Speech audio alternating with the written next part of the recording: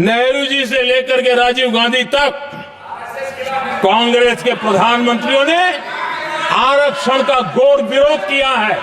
History कह रही है। ये मैं बाबा साहब की बात कर रहा हूं। इतना वीडियो कट करके घुमाना मत। इस देश में बहुत कम लोगों को मालूम होगा। 370 की तो पता है सबको, 35A का पता बहुत कम है। 35A जो संसद में लाए बिना उन्होंने देश पर थोप दिया, और अगर 35A न होता तो जम्मू कश्मीर में जो हालत पैदा हुई वो हालत पैदा न हुई होती। राष्ट्रपति के आदेश पर यह काम किया गया और देश की संसद को अंधेरे में रखा गया। आदरणीय सभापति, ये संसद का अधिकार था, कोई अपनी मनमानी से नहीं कर सकता था। लेकिन और उनके पास बहुमत था, कर सकते थे, लेकिन वो नहीं किया क्योंकि पेट में पाप था। देश की जनता से छुपाना चाहते। भारत को अगर विकसित होना है तो भारत का कोई अंग दुर्बल नहीं रहना चाहिए। ये चिंता बाबा साहब को सताती थी, और तब जाकर के हमारे देश में आरक्षण की व्यवस्था बनी। लेकिन वोट बैंक की राजनीति में छुपे हुए लोगों ने, डूबे हुए लोगों ने धर्म के आधार पर, तुष्टीकरण के नाम पर आरक्षण के अंदर कुछ न कुछ नुक्सेदनी करने का प्रयास किया, और इसका सबसे बड़ा नुकसान SC, ST और OBC समाज को हुआ है। आदरणीय सभापति जी, आरक्षण की कथा बहुत लंबी है। नेहरू जी से लेकर के राजीव गांधी तक कांग्रेस के प्रधानमंत्रियों ने आरक्षण का घोर विरोध किया है। हिस्ट्री कह रही है। आरक्षण के विरोध में लंबी लंबी चिट्ठियां स्वयं नेहरू जी ने लिखी है, मुख्यमंत्रियों को लिखी है। इतना ही नहीं, सदन में आरक्षण के खिलाफ लंबे लंबे भाषण इन लोगों ने किए हैं।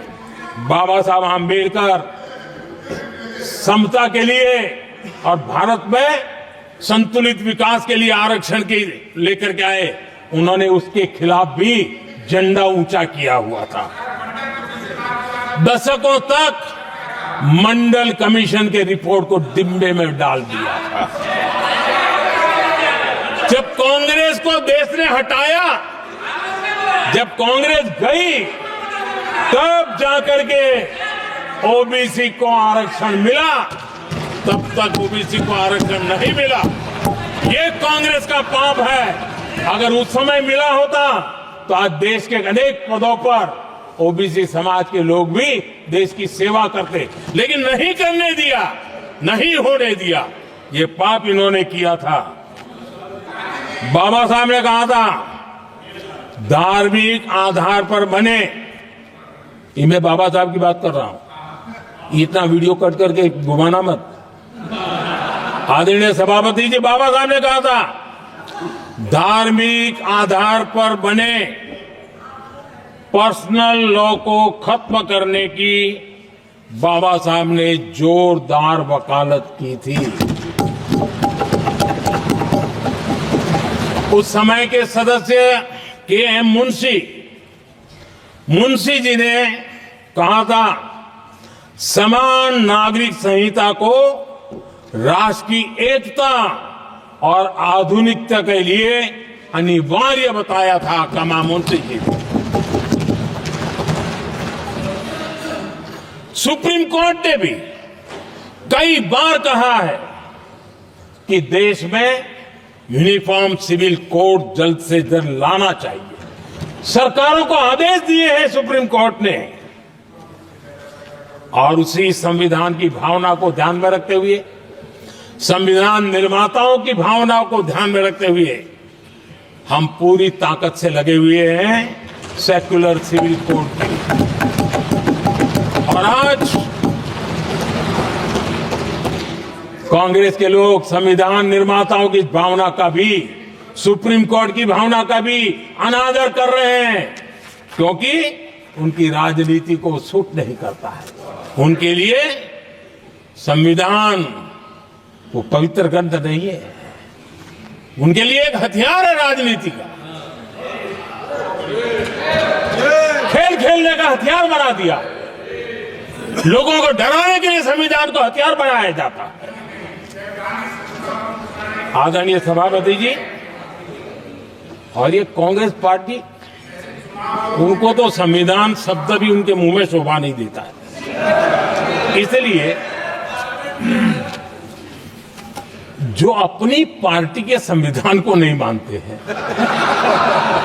जिन्होंने अपनी पार्टी के संविधान को कभी स्वीकार नहीं किया है, क्योंकि संविधान को स्वीकार करने के लिए एक लोकतांत्रिक स्पिरिट लगता है जो जिनकी रगों में नहीं है। सत्तावाद और परिवारवाद भरा पड़ा है। अब आप देखिए जो कैसी शुरुआती कितनी गड़बड़ हुई है। मैं कांग्रेस की बात कर रहा हूं। 12 कांग्रेस की प्रदेश की कमेटियों ने, 12 प्रदेश कमेटियों ने सरदार पटेल के नाम पर सहमति दी थी। नेहरू जी के साथ एक भी कमेटी नहीं थी, नॉट अ सिंगल। संविधान के तहत सरदार साहब ही देश के प्रधानमंत्री बनते हैं, लेकिन लोकतंत्र में श्रद्धा नहीं, खुद के संविधान पर विश्वास नहीं, खुद के ही संविधान को स्वीकारना नहीं, और सरदार साहब देश के प्रधानमंत्री नहीं बन सके और ये बैठ गए। जो लोग अपनी पार्टी के संविधान को, जो लोग अपनी पार्टी के संविधान को नहीं मानते, वो कैसे देश के संविधान को स्वीकार कर सकते हैं। কংগ্রেস বারবার সংবিধানের অপমান করেছে, এমন অনেক উদাহরণ রয়েছে যা খুব কম মানুষ জানেন। 35A ধারা সম্পর্কে প্রধানমন্ত্রী বলেন, 35A ধারা সংসদে আনা হয়নি, অথচ তা দেশের ওপর চাপিয়ে দেওয়া হয়েছিল। এটি সংসদের ক্ষমতা ছিল যা কংগ্রেস সরকার উপেক্ষা করেছিল। এটি রাষ্ট্রপতির মাধ্যমে কার্যকর করা হয়েছিল। যদি 35A না থাকতো, জম্মু ও কাশ্মীরের বর্তমান পরিস্থিতি ভিন্ন হতো। তখন কংগ্রেসের কাছে সংসদের সংখ্যাগরিষ্ঠতা থাকা সত্ত্বেও তারা এটা করেনি, কারণ তাদের মনে অপরাধবোধ কাজ করছিল। 40 বছর ধরে কাগজে কলমে থাকা আম্বেদকর ইন্টারন্যাশনাল সেন্টার বাস্তবায়িত হলো। প্রধানমন্ত্রী মোদি বলেন, আম্বেদকর ইন্টারন্যাশনাল সেন্টার 40 বছর ধরে কাগজে কলমে ছিল, আমাদের সরকার এটিকে বাস্তবে রূপ দেয়। কংগ্রেস যখন ক্ষমতা হারায় তখনই বাবা সাহেব আম্বেদকরকে ভারতরত্ন দেওয়া হয়। বাবা সাহেবের জন্মবার্ষিকী আমরা 102টি দেশে উদযাপন করেছি, কিন্তু কংগ্রেসের শাসনে তখন আম্বেদকরের শতবর্ষ উদযাপন করা উচিত ছিল, তখন তারা এটা করেনি। আমরা মধ্যপ্রদেশের মহুতে একটি স্মৃতিস্তম্ভ তৈরি করেছি, এটি বিজেপি সরকারের একমাত্র উদ্যোগ। কংগ্রেস বিদায় নিলে ওবিসি সংরক্ষণ বাস্তবায়িত হয়। প্রধানমন্ত্রী মোদি বলেন, বাবা সাহেব আম্বেদকর চাইতেন ভারত উন্নত হোক, তিনি সংরক্ষণ চালু করেছিলেন, কিন্তু ধর্মের ভিত্তিতে সংরক্ষণ প্রদানের কারণে SC ST এবং ওবিসি সম্প্রদায়ের সবচেয়ে বড় ক্ষতি হয়েছে। সংরক্ষণের ইতিহাস দীর্ঘ। জওহরলাল নেহরু থেকে শুরু করে রাজীব গান্ধী পর্যন্ত কংগ্রেসের প্রধানমন্ত্রীরা সংরক্ষণের বিরোধিতা করেছেন। দশক ধরে মন্ডল কমিশনের প্রতিবেদনকে উপেক্ষা করা হয়। কংগ্রেস বিদায় নেওয়ার পর ওবিসি সংরক্ষণ কার্যকর হয়। যদি তা আগে থেকেই বাস্তবায়িত হতো তাহলে ওবিসি সম্প্রদায়ের অনেক মানুষ উচ্চ পদে আসীন হতেন, বলেন প্রধানমন্ত্রী মোদি।